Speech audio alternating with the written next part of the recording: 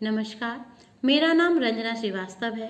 मैं सहायक अध्यापिका हूँ प्राथमिक विद्यालय कोट, ब्लॉक बड़ा गांव, झांसी में। झांसी यूं तो किसी परिचय के मोहताज नहीं है। 1857 की क्रांति की मशाल जलाने वाली महारानी लक्ष्मीबाई को विश्व में कौन नहीं जानता।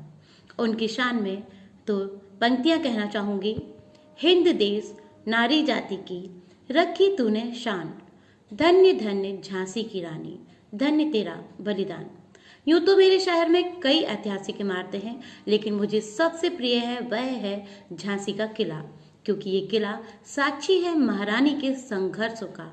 ये किला साक्षी है 1857 की क्रांति का।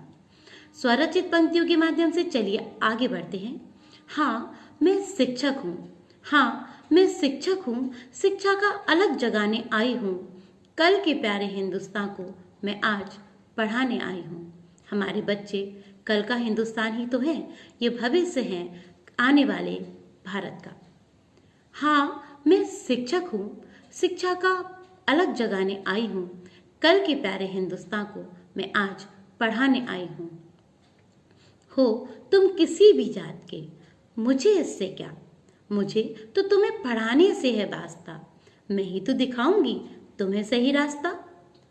देखो पथ अपना तुम भटक न जाना। देखो पथ अपना तुम भटक न जाना। तुम्हें यह समझाने आई हूँ। कल के प्यारे हिंदुस्तान को मैं आज पढ़ाने आई हूँ। कल के प्यारे हिंदुस्तान को मैं आज पढ़ाने आई हूँ।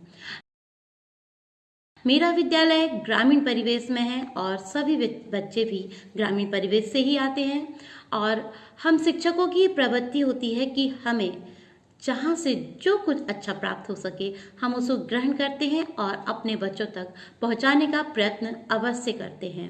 इसलिए मैं कई शैक्षणिक फेसबुक और व्हाट्सएप ग्रुप से जुड़ी हुई हूँ और वहाँ से मुझे जो भी शिक्षण सामग्री प्राप्त होती है उसे मैं ग्रहण करती हूँ और अपने बच्चों तक पहुँचाने का प्रयत्न अवश्य करती हूँ। इसी क्रम में मैं जुड़ी हुई हूँ श्री अरबिंदो सोसाइटी द्वारा बनाए हुए सुपर 25 व्हाट्सएप ग्रुप से, जिसमें मुझे मिलाकर मेरे जिले से 25 जो शिक्षक साथी हैं इसमें जुड़े हुए हैं। और श्री अमित सर द्वारा समय समय पर कई मॉड्यूल्स पर चर्चा होती है। हम सभी शिक्षक इस चर्चा में प्रतिभाग करते हैं।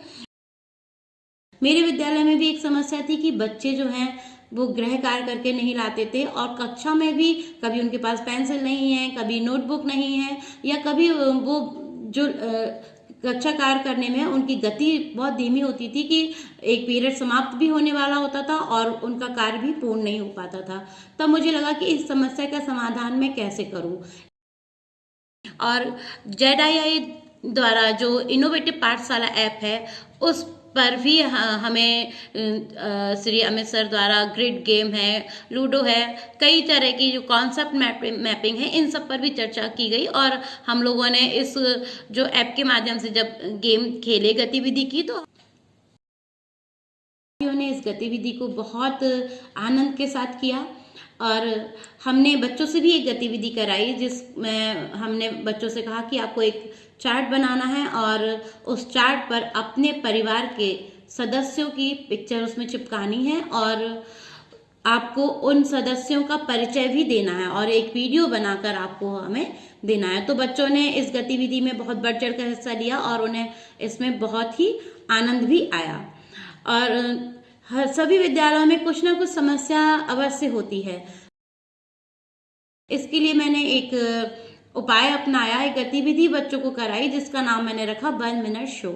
इस गतिविधि में मैं क्या करती थी कि बच्चों को एक दिन पहले होमवर्क दे देती थी कि आपको आज ये टॉपिक लर्न करके आना है और कल मैं आपको बोर्ड पर 1 मिनट का टाइम दूंगी और उस जो दिया गया होमवर्क है उसको आपको लिख के दिखाना होगा।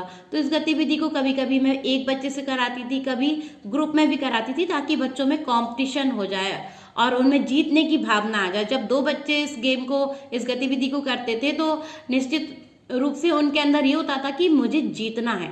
और बच्चों ने अपनी जो गति थी लिखने की उसको बढ़ाया और बच्चे होमवर्क भी करके आने लगे। मेरा यह नवाचार श्री अरविंदो सोसाइटी द्वारा चयनित हुआ और मार्च 2020 में मुझे अपने नवाचार के लिए सम्मानित भी किया गया। मैंने वहाँ दिल्ली में अरविंदो सोसाइटी द्वारा आयोजित कार्यशाला में भी प्रतिभाग किया और उत्तर प्रदेश के शिक्षकों के साथ साथ मैंने देश के भी कई शिक्षकों के नवाचारों के बारे में जाना। शून्य निवेश नवाचार जो थे वो सभी बहुत अच्छे थे और इनका क्रियान्वयन जरूर विद्यालय में किया जाना चाहिए और कई TLM थे जो शून्य निवेश पर आधारित थे। अभी कोरोना काल में जब हम शिक्षक बच्चों से संपर्क नहीं कर पा रहे थे, उस दौरान अरविंदो सोसाइटी द्वारा एग्जीबिशन का भी आयोजन किया गया, जहां पर मेरे 2 आइडियाज़ सिलेक्ट हुए।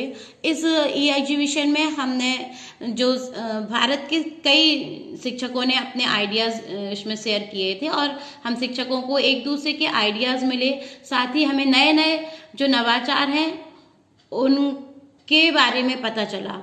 तो जब मैंने ये जो आइडियाज़ हैं बहुत सारे शिक्षकों के मुझे जो पसंद आए हैं, जब विद्यालय खुलेगा तो निश्चित तौर से मैं उनको अपने विद्यालय में जरूर ही अप्लाई करने वाली हूँ। हम होते हैं, हमारा जो बच्चों के साथ जो व्यवहार होता है उसको मेरा मानना है कि हम जब शिक्षक बच्चों को पढ़ा रहे होते हैं तो हमें डबल रोल में हम रहते हैं। डबल रोल इसलिए कि हम जब छोटे बच्चे, स्पेशली जो प्राइमरी क्लासेस के बच्चे हैं वो बहुत छोटे होते हैं, तो हमें उनके साथ बच्चे बनकर ही पढ़ाना होता है। कहीं ना कहीं हमारे मन में एक बाल जो बचपना है वो छुपा हुआ रहता है और जब हम बच्चों को पढ़ा रहे होते हैं तो वह उभर कर सामने आ जाता है। तभी तो हम बच्चों की जो भावनाएं हैं उनको समझ पाते हैं, क्योंकि अगर हम बच्चा बनकर उनको समझेंगे तो हम उनको ज़्यादा बेहतर तरह से उनको समझ पाएंगे। उनके अंदर जो जिज्ञासाएं हैं, उनके अंदर जो प्रश्न है और उनके मन में क्या चल रहा है, ये सब हम बड़ी आसानी से उनको समझ लेंगे यदि हम बच्चा बनकर उनको पढ़ाएंगे। और जब हम बच्चों के जो प्रश्न हमारे सामने आते हैं, जिज्ञासाएं सामने आती हैं, तो उनका समाधान हम एक शिक्षक बनकर करते हैं, तो कहीं ना कहीं हम डबल रोल ही निभा रहे होते हैं। तो धन्यवाद देना चाहूंगी श्री अरविंदो सोसाइटी और HDFC बैंक को, जिन्होंने हमें एक ऐसा मंच प्रदान किया जहां हम अपने जिले के नहीं, प्रदेश के नहीं, बल्कि सारे देश के शिक्षकों से अपने आइडियाज़ को साझा कर सकते हैं और उनके द्वारा किए गए नवाचार को भी अपना सकते हैं। भले ही हम उनकी भाषा जाने या ना जाने, लेकिन हम उनकी भावनाओं को समझ सकते हैं। तो एक बार फिर से धन्यवाद श्री अरविंदो सोसाइटी और HDFC बैंक का, जिन्होंने हमें एक अच्छा मंच प्रदान किया जहां पर हम अपने विचार आदान प्रदान कर सकते हैं, अपने आइडियाज़ को शेयर कर सकते हैं। Thank you.